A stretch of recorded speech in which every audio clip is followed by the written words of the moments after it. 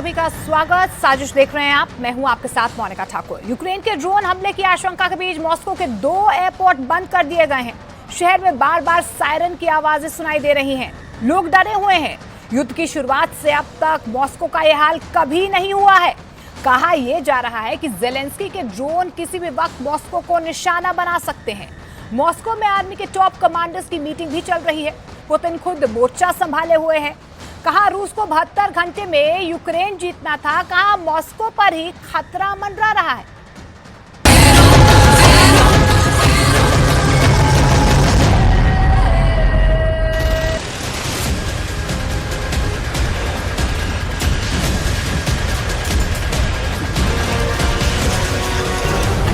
आसमान और रूस में दुश्मनी छिड़ गई है।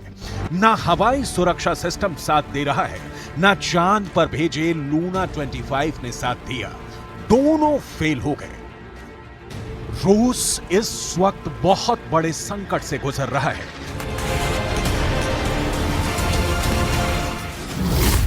रूस का स्पेसक्राफ्ट लूना 25 चांद की सतह से टकराकर क्रैश हो गया है।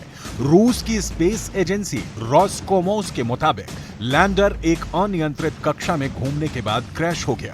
शनिवार को ही लूना 25 से स्पेस एजेंसी का संपर्क टूट गया था। रूस ने लगभग 50 वर्षों बाद चांद पर कोई मिशन भेजा था।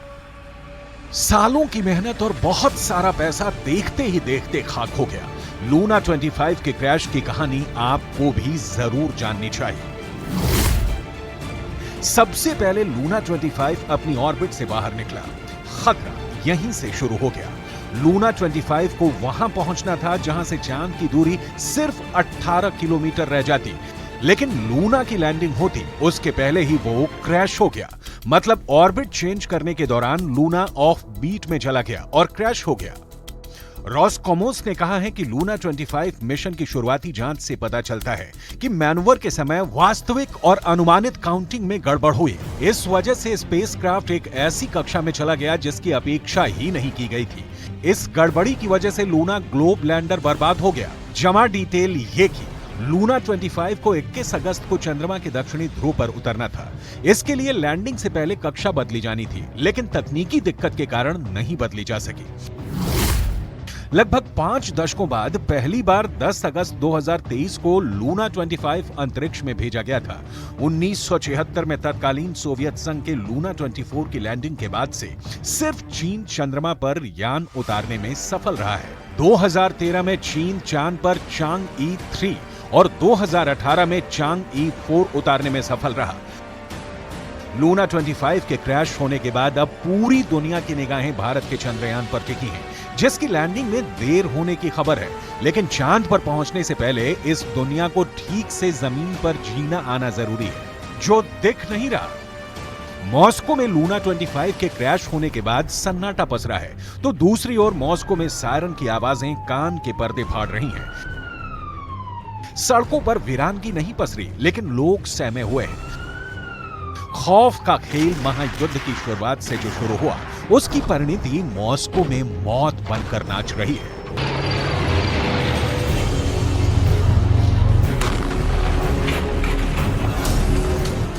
मॉस्को के लोग महायुद्ध का दंड भोग रहे हैं।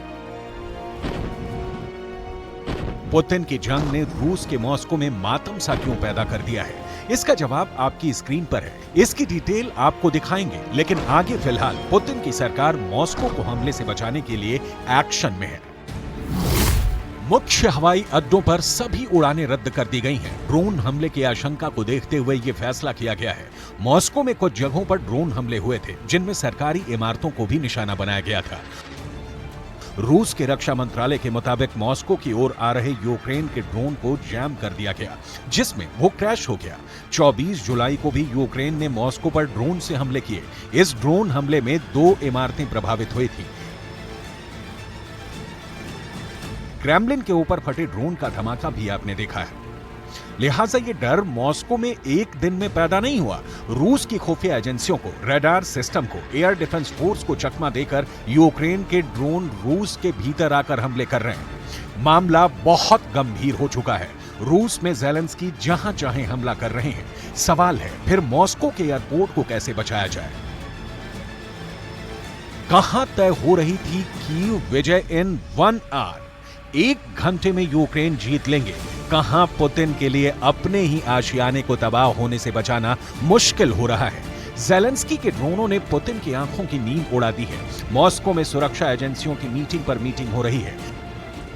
आपको मॉस्को को मैप पर देखना चाहिए। इसी शहर को ही ज़ेलेंस्की ने हमले के लिए चुना है। इसे विस्तार से आपको दिखाएंगे। उससे पहले मॉस्को का भूगोल समझ लीजिए। यूक्रेन की सीमा से मॉस्को सिर्फ 450 किलोमीटर दूर है।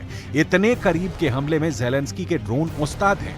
मॉस्को में ही राष्ट्रपति का आवास क्रेमलिन है। यूक्रेन का मॉस्को को डराने का मतलब है पुतिन को डराना।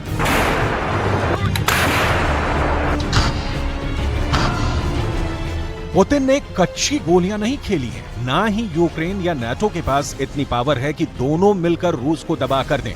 लेकिन इस बीच ज़ेलेंस्की हैं जो नाटो की तरह कागजी नहीं, जमीनी युद्ध लड़ रहे हैं। ज़ेलेंस्की मॉस्को को चैन से नहीं बैठने देना चाहते, लिहाजा एक के बाद एक मॉस्को में ड्रोन हमले हो रहे हैं। जनवरी 2023 से लेकर अब तक यूक्रेन रूस के ऊपर 140 से ज्यादा ड्रोन हमले कर चुका है। मई और जुलाई के बीच रूस में उड़े ड्रोन की संख्या पूरे 2022 की तुलना में दोगुनी है। ये सस्ते ड्रोन बहुत बड़ी तबाही तो नहीं मचा पा रहे, लेकिन पुतिन की रक्षात्मक पंक्ति की धज्जियां उड़ा रहे हैं। हजारों रुपए में बने इन ड्रोनों को मारने के लिए पुतिन को एयर डिफेंस सिस्टम की करोड़ों रुपए की मिसाइल दागनी पड़ रही है। ज़ेलेंस्की के फिदायीन ड्रोन इतने खतरनाक हैं कि वो पूरे रूस के रक्षा तंत्र को गच्चा दे रहे हैं। मॉस्को का हर चौक, हर गली, हर चौराहा ज़ेलेंस्की के बारूद वाली खौफ के साए में जीने के लिए विवश है। यानी जो हाल अब तक कीव या खार्किव का था, वो अब मॉस्को का है। दिन दुश्मन हो गया है और रात काली नाग है।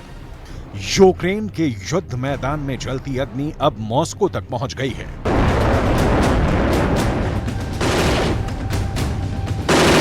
सीधा सा सवाल है, आम आदमी का सवाल है, रूस का एयर डिफेंस सिस्टम यूक्रेन के ड्रोन हमले के सामने फेल क्यों हो रहा है? इसकी डिटेल आगे। अभी ज़ेलेंस्की के उस ड्रोन की डिटेल जिसने मॉस्को के ऊपर खतरा पैदा कर दिया है। मॉस्को पर हमले के लिए ज़ेलेंस्की की सेना यूक्रेनी बावर यानी UJ-22 एयरबॉर्न का इस्तेमाल कर रही है। स्पेक ऑप्स मैगजीन की एक रिपोर्ट के मुताबिक UJ-22 एयरबॉर्न यूक्रेन में डिजाइन किया गया एक हाईली वर्सिटाइल यानी अत्यधिक बहुमुखी ड्रोन है। इसे स्वायत्त रूप से या दूर या किसी कमांड सेंटर से कंट्रोल किया जा सकता है। ये ड्रोन 82 mm के 4 मोर्टार माइंस या 4 RPG 7 ग्रेनेड तक ले जा सकता है। UJ-22 एयरबॉर्न लंबी दूरी के मिशनों को सटीकता के साथ अटैक कर सकता है। ये ड्रोन अधिकतम 800 किलोमीटर तक उड़ान भर सकता है। चूंकि मॉस्को यूक्रेन की सीमा से लगभग 450 किलोमीटर दूर है, ऐसे में ये ड्रोन मॉस्को पर हमला करने में सक्षम है। तो क्या ज़ेलेंस्की के ड्रोन को पुतिन का एयर डिफेंस सिस्टम रोक नहीं सकता? इस सिस्टम में इतनी काबिलियत नहीं है। तो क्या ज़ेलेंस्की के ड्रोन को पुतिन का एयर डिफेंस सिस्टम रोक नहीं सकते? इस सिस्टम में इतनी काबिलियत नहीं है। इस सवाल का मुकम्मल जवाब किसी के पास नहीं है। दुनिया भर के एक्सपर्ट्स का जो मानना है, उसके मुताबिक ज़ेलेंस्की के ड्रोन के आगे रूस के एयर डिफेंस सिस्टम के फेल होने के पीछे जो 5 कारण हैं, वो आपकी स्क्रीन पर है। यूक्रेन के ड्रोन के सामने रूस का एयर डिफेंस सिस्टम कमजोर क्यों?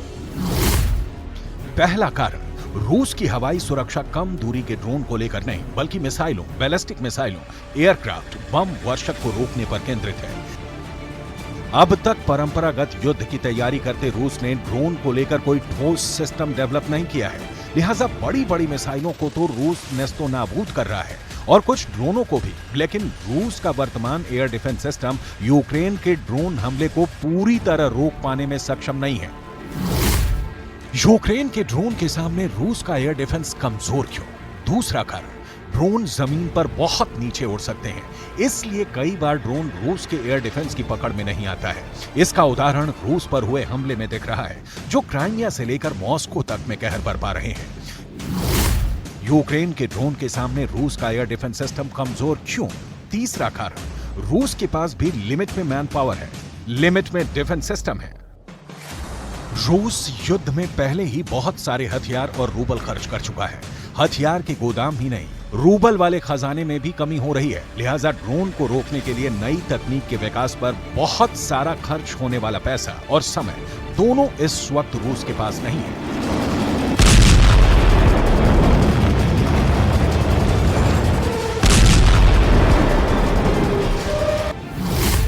यूक्रेन के ड्रोन के सामने रूस का एयर डिफेंस कमजोर क्यों? चौथा कारण, रूस के पास जो एयर डिफेंस सिस्टम है उनमें से ज्यादातर की तैनाती सीमा पर है। रूस कुछ एयर डिफेंस सिस्टम को फ्रंट लाइन से वापस लाकर मॉस्को में तैनात कर सकता है, लेकिन रूस का यह कदम फ्रंट लाइन पर यूक्रेन के जवाबी हमले में रूस के सैनिकों को कमजोर करेगा। यूक्रेन के ड्रोन के सामने रूस का एयर डिफेंस कमजोर क्यों? पांचवां कारण, ड्रोन बहुत सस्ते होते हैं, लेकिन इन्हें टारगेट पर पहुंचने से पहले ध्वस्त करने के लिए महंगी मिसाइलों को दागना पड़ता है।